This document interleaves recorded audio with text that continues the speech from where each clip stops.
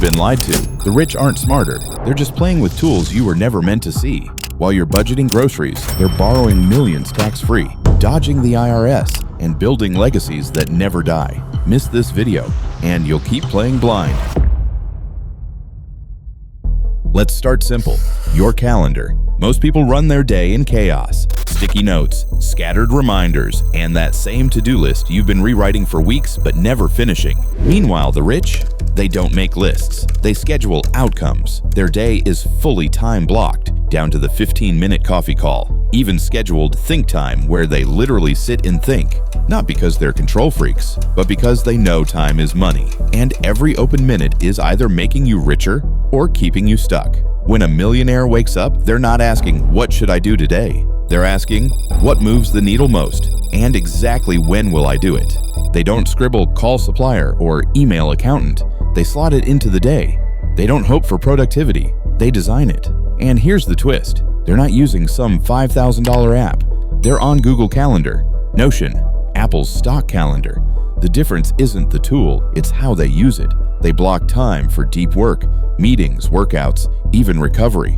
Every hour has a job, and every job leads to ROI, return on impact. Now imagine if you stopped relying on motivation and started relying on structure. If you blocked your time instead of chasing dopamine from fake productivity, you'd get more done with less stress, and you'd stop thinking the winners are just lucky. Because here's the truth, luck favors the calendar. So try this. For the next 7 days, ditch the to-do list. Open your calendar, plan your day like a high performer. You don't need $1 million to use this tool, just a different mindset. And speaking of tools you already own but barely use, let's talk about your phone and how it might secretly be keeping you broke. Let's get one thing straight. Your phone isn't the problem.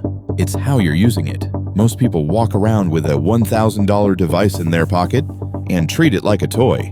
Endless TikToks, group chats with zero purpose, scrolling through someone else's beach vacation like that's going to fix your life. But here's the twist.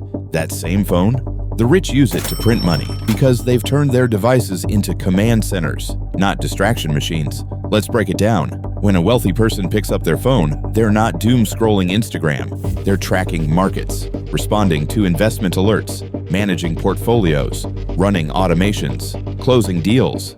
From the same device most people use to watch cat videos, their home screens don't have Candy Crush or shopping apps. They've got dashboards, calendars, encrypted messaging, cash flow trackers, wealth builders. Same with laptops. You might use yours to binge Netflix. They use theirs to build empires, automate systems, lead remote teams, launch companies. And the best part? You don't need to be rich to do what they do. You just need to start treating your tech like it matters. Track your spending with Google Sheets. Manage your hustle with Slack or Notion. Start investing with Vanguard. Record content. Build a brand. Learn a new skill. Launch something real. Your devices are portals. The rich plug them into income. Most people plug them into dopamine. So next time you pick up your phone, ask yourself, is this making me money or just killing time?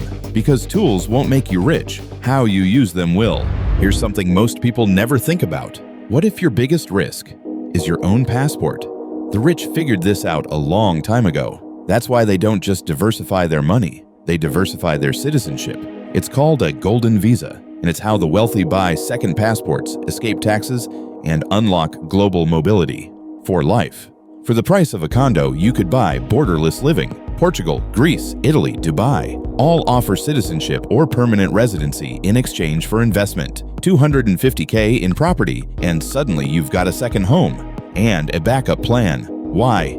Because when things go south, politically, economically, or legally, having options isn't luxury, it's leverage.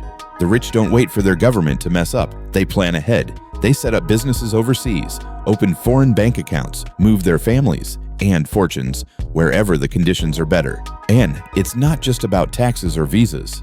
It's about freedom. Freedom to move, to the bank, to build, anywhere.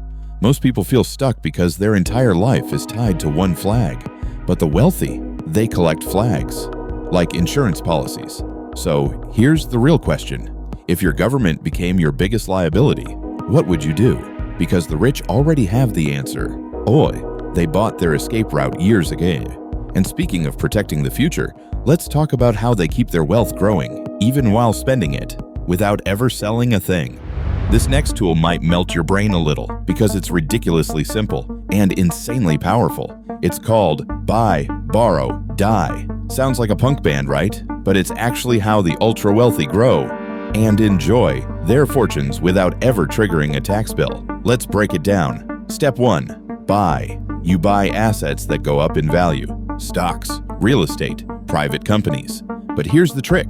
You never sell, because selling triggers capital gains tax. So instead, you just let your wealth snowball in the background, untouched, untaxed.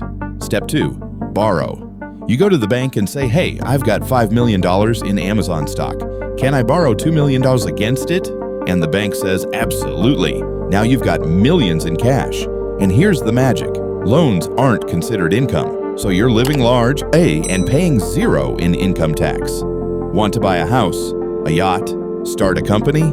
No problem. You're spending borrowed money while your original assets keep growing. Step 3. Die. Yep, this is where it gets wild. When you die, the IRS resets the cost basis of your assets to the current market value, which means your heirs inherit everything, tax-free, up to the exemption limit. No capital gains, no panic selling, just a clean generational wealth transfer. Buy, borrow, die. It's not shady, it's not even a loophole. It's just the game the rich are playing, while everyone else is stuck on earn, spend, save, repeat. Most people think debt is dangerous, but the rich, they use it like a lever to unlock liquidity without ever letting go of their wealth. So next time someone says debt is bad, just remember, debt isn't dangerous.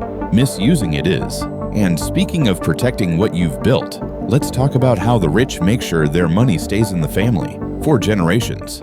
Let's make one thing clear. The rich don't just build wealth, they build legacy. And they do it with one of the most underrated and misunderstood tools in the financial world, trusts. Now don't zone out. This isn't some dusty legal form. A trust is like a 300-year piggy bank that keeps paying your family long after you're gone. And the best part?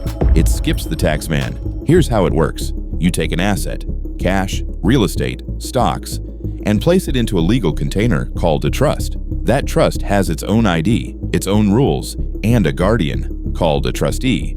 Technically, you don't own the asset anymore. The trust does, which means when you die, the government can't touch it. No estate taxes, no probate, no 40% cut off the top, just a clean, protected transfer of wealth, exactly how you wanted it. And it gets better. You control the rules. Want your kids to get $5,000 a month until they turn 30? Done. Want your grandkids' tuition covered, but only if they graduate high school? Easy. Want to make sure your ex never sees a penny? Also doable. Trusts aren't just about taxes. They're about control. Long-term, from beyond the grave. You shape how your money is used, even after you're gone. And here's what most people miss. You don't need $100 million to start thinking this way.